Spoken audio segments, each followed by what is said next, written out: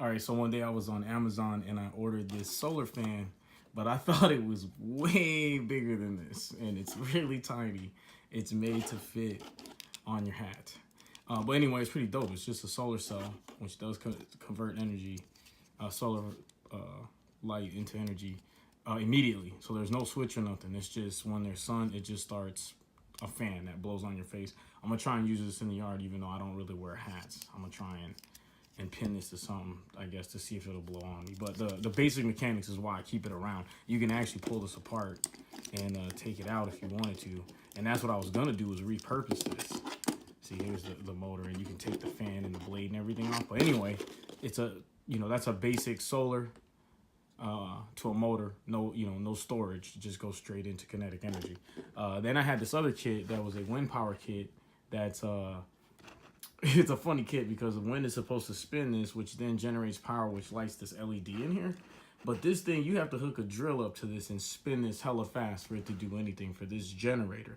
But it's cool because it's all transparent and you can basically see how it works. But, this spins, which spins a huge gear. That spins a tinier gear that gets this going. I guess this fin will spin this around to where you can catch the wind. And then this is supposed to be watered down to anchored, I guess. But it's completely ineffective. But you do get to see the idea. This spins around, and there's some elements in there that throw some electrons around, and then you get an LED powered up. So anyway, that led to buying the Solar Mechanics, Green Science Solar Mechanics kit. As you can see on the box, it's got a whole bunch of cool stuff. So I got this for my nieces and nephew. I figured I'd practice it first, and slap it together. But the gist is, this is basically the same thing. Comes with a lot of parts and pieces.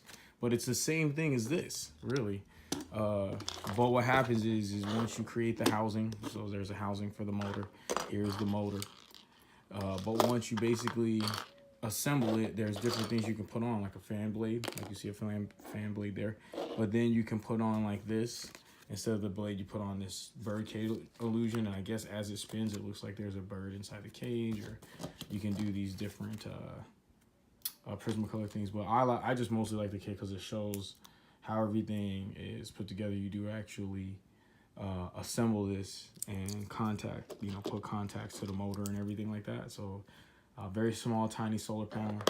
There's no specs though that tell you like how much voltage or how much wattage you're dealing with, or how much resistance, or any of that kind of information. It's just you put it together and it spins. But that's the gist of it. It's just this. And then this one I just had out because this is another motor, just like you see here.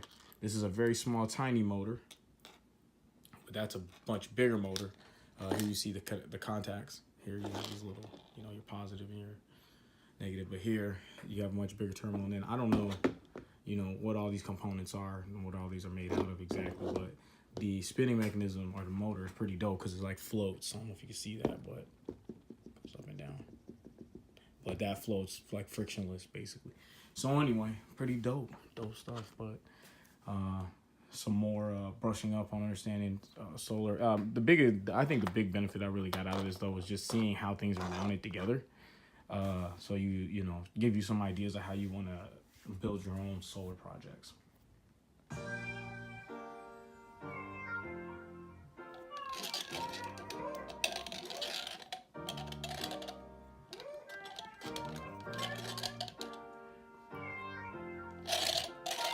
I'll probably use this as the base to some sort of Gundam. I can already see it now.